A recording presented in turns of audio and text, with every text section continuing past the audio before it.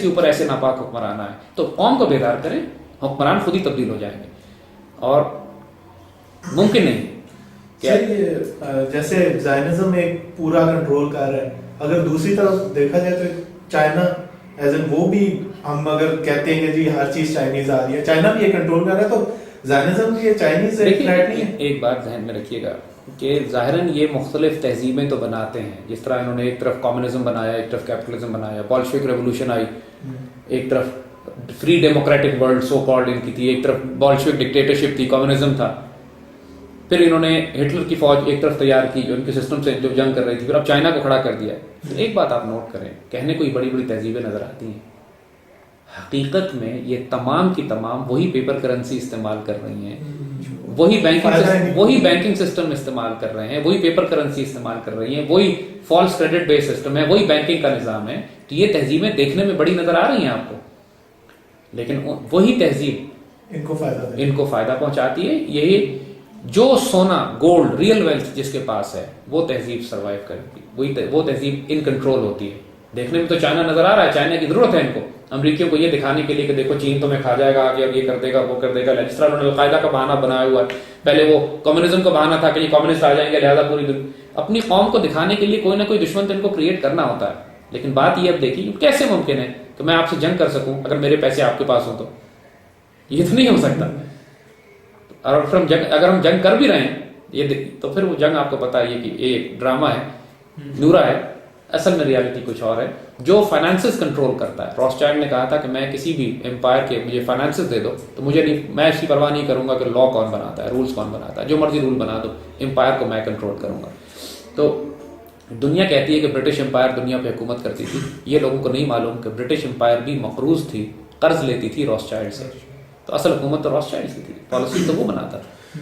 سر ایک اور بات ہے سر, فیڈ ریزرو سارے بینکس کو وہ دیتے ہیں, فیڈ ریزرو سارے جو بینک کولیپس ہوتے ہیں فیڈ ریزرو اس کو ڈالر دیتے ہیں. So what if Federal Reserve itself collapses? اب ہو رہا ہے نا, this is exactly what is happening in America right now. امریکہ میں جو سب بینکنگ کولیپس اور کرائسس ہے وہ کیا ہے, وہ اتنا قرض دے چکے ہیں. دیکھیے قرض پہ ایک لمٹ ہوتی ہے خرچ کرنے کی نا. آپ اگر میں قرض لیتا چلا جاؤں, اب یہ قرض میرے اوپر ہو گیا اگر 1 کروڑ روپیہ, آمدنی میری ہے 100 روپیہ, اب قرض دینے والے کو بھی پتا ہے کہ کوئی چانس ہی نہیں ہے کہ میں وہ قرض واپس کر سکوں گا, ہے کہ نہیں. اس کے بعد کولیپس ہونا شروع ہو جاتے ہیں. اگلا کہتے ہیں جی میں تو قرض دوں گا ہی نہیں آپ کو. یہی امریکہ میں ہو رہا ہے کہ پہلے تو انہوں نے چیپ کریڈٹ شروع کیا کہ ہر کام کے لیے قرض لے لیجیے آپ, دھڑ دھڑ انہوں نے لوگوں بینکوں نے قرضے بانٹے. اب قرض لوگ ادا نہیں کر سکتے ہیں واپس, جب اتنا قرضہ ہو گیا پورے معاشرے پہ, حکومت پہ, اور now there is no possibility. لہٰذا اب امریکہ میں بات ہو رہی ہے کہ بینکوں کو نیشنلائز کر لیا جائے, تو انفلیشن پرائیویٹ بینکس ختم کر دیے جائیں اور نیشنلائز کر لی جائے, مگر اس سے بھی فرق نہیں پڑے گا.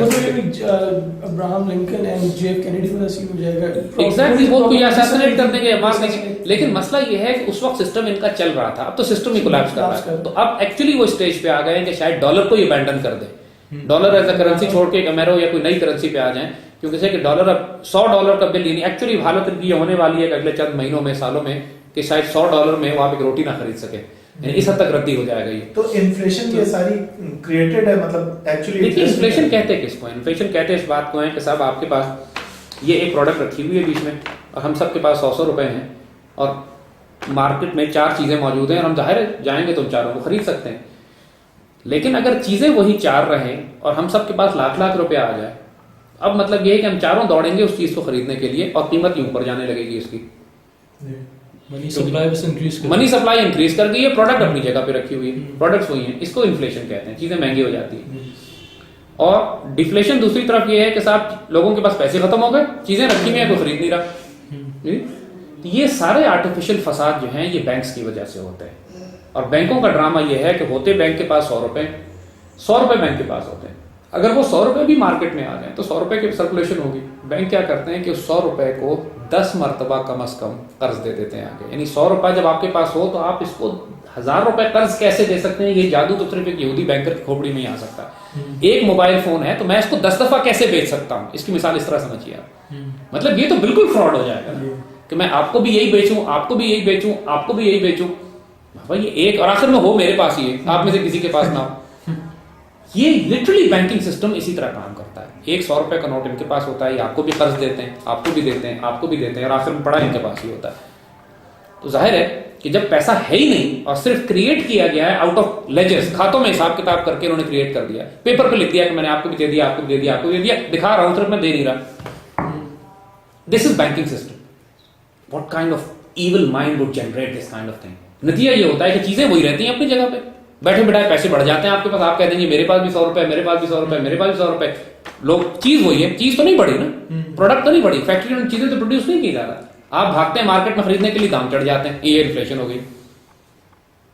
اور inflation started from loaning, fractional reserve, قرضے بانٹنے سے, فریکشنل ریزرو سے, کیونکہ بینک کا اپنا تو کچھ خرچ نہیں ہو رہا, کھاتے ہیں صرف اکاؤنٹ سے, کوئی پیسے چھاپ کے تھوڑی نہیں, چھاپ بھی نہیں رہے. تو یہ صرف الیکٹرانک بینکنگ ہے تو سو کالڈ ہر چیز کریڈٹ کارڈ اور ڈیبٹ کارڈ اور اس کے اوپر ہو رہی, پیپر فری ہو گیا سارا, پلاسٹک پہ آ گیا.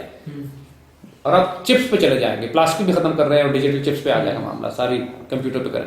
تو اب کس کو کرنسی چاہیے تو کس کو, ساری اکانومی جو ہے وہ ایک میک بلیف سسٹم پہ چل رہی ہوگی. آپ کے لحاظ سے پاکستان کا وچ واز کون سا پالیٹیشین ہے کہ پالیٹیشین تھا جس نے اسٹینڈ لیا تھا, فرم اسٹینڈ لیا تھا اگینسٹ دیم؟ دیکھیے بھٹو کا اسٹینڈ بہتر تھا. Bhutto was very smart. Bhutto کا بیڑا غرق ہوا ہے ڈومیسٹک پالیسیز کی وجہ سے. اس نے دین کو ہاتھ سے چھوڑ دیا تھا, جگہ جگہ کسینوز اور شراب خانے کھل گئے تھے پاکستان میں اس کے زمانے میں. تو اس کی وجہ سے بھٹو کے خلاف ایک ریئیکشن بلڈ ہوا, نظام شریعت, نظام مصطفیٰ کا. بھٹو کے خلاف جو موومنٹ چلی تھی 1977 میں, آپ لوگ تو پیدا بھی نہیں ہوئے ہوگے, لیکن وہ تمام موومنٹ نظام مصطفیٰ موومنٹ تھی کہ ہم نے اسلام نافذ کرنا ہے ملک میں, کیونکہ بھٹو نے حد کراس کر دی تھی. مگر ایز اے پولیٹیشین جینیس تھا.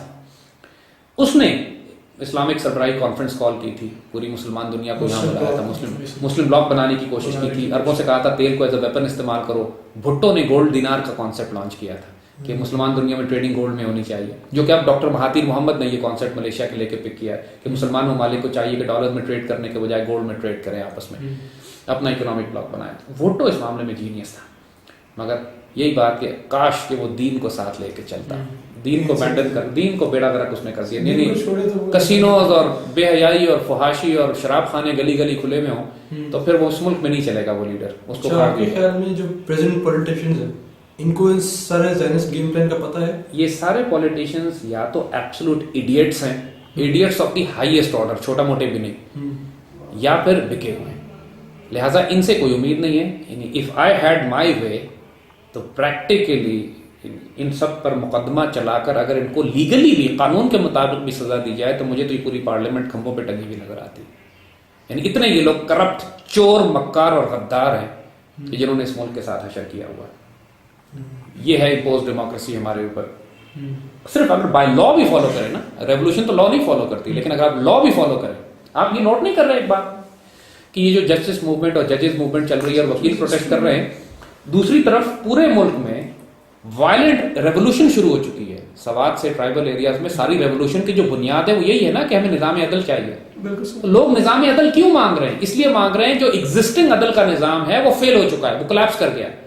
یہ جو کہہ رہے ہیں کہ چیف جسٹس کو ہم لے کر آ جائیں گے تو ملک میں عدل اور انصاف نافذ ہو جائے گا, دے ڈونٹ ریئلائز, نہ وکیلوں کو اندازہ ہو رہا ہے نہ ججوں کو اندازہ ہو رہا ہے کہ دوسری طرف سے یہ خوفناک بلڈی ریولوشن ہے جو ملک میں پھیل رہی ہے ان کے نظام عدل کے خلاف. آخر شیخ سوات میں جو نظام عدل کی لوگ ڈیمانڈ کر رہے ہیں یہ ملیٹنٹ ڈیمانڈ نہیں ہے, یہ لوگوں کی ڈیمانڈ بھی ہے کہ ہمیں شریعت بیس سسٹم چاہیے. What these people are not realizing کہ یہ ججز اور وکیل سب سے پہلے کھمبوں پہ ٹنگیں گے اپنی اس حرکت کی وجہ سے. یہ جو خرافات بک رہے ہیں نا کہ جی چیف جسٹس بحال ہو جائیں گے تو ملک میں عدل آ جائے گا, چیف جسٹس جب تھے کیا اس وقت عدل تھا ملک میں, تو پھر کیسے عدل آ جائے گا ان کے آنے سے؟ ایک ریولوشن بلڈ ہو چکی ہے ملک میں جن کو نظر نہیں آ رہا ہے نندوں کو. جو سوات کے طالبان نے جو فساد برپا کیا ہوا ہے, لیکن انہوں نے جو ایکسپلائٹ کیا ہے جس نقطے کو, یہی نقطہ ایکسپلائٹ کر رہے ہیں نا کہ ملک میں عدل نہیں ہے لہٰذا ہم عدل لے کر آئیں گے. And people are supporting this concept, یہاں عدل ہونا چاہیے. بات تو سب کہتے ہیں عدل ہونا چاہیے. اگر آج آپ کو خود آپ کو اگر کوئی پولیس کیس میں کچہری تھانہ جانا پڑے تو آپ تباہ برباد ہو جائیں گے. آدمی ڈرتا ہے پولیس کچہری عدالت جاتے ہوئے. عدالت میں تو لوگوں کو سکون ملنا چاہیے, انصاف ملنا, سکون سے جائے آدمی کہ عدالت میں جاؤں گا مجھے 1 منٹ میں انصاف مل جائے گا. یہاں پہ 30-30 سال گزر جاتے ہیں, لوگ نسلیں تباہ ہو جاتی ہیں, انصاف نام کی کوئی چیز نہیں. اور سب سے زیادہ کرپٹ سسٹم وکیلوں کا ہے جو جھوٹ بول بول کے قاتلوں, ڈاکوؤں, چوروں, فراڈیوں, بدماشوں کو پیسے لے لے کے بری کروا دیتے ہیں. اور جو اسمارٹ وکیل ہے اس بات سے کوئی فرق نہیں پڑتا کہ قتل کیا یا نہیں کیا, وکیل اسمارٹ ہے تو تم باہر. تو یہ کوئی انصاف ہے؟ یہ وکیل کو انصاف دلاتے ہیں؟ یہ ان کے خلاف ریولوشن بلڈ ہو رہی ہے, ان کو نظر نہیں آ رہا, ان کو پتہ نہیں لگ رہا کہ یہ رکے گا نہیں اب یہ معاملہ. اگر نظام عدل اگنیشن کہتے ہیں ہو چکا ہے, اگنیشن تو ہو چکا ہے, ملک میں ہزاروں لوگوں کی جانیں گئی ہیں نظام عدل کے نام پر, ایک بلڈی ریولوشن ہو رہی ہے ملک میں, اور نظر نہیں آ رہا ان بیوقوفوں کو, یہ سمجھ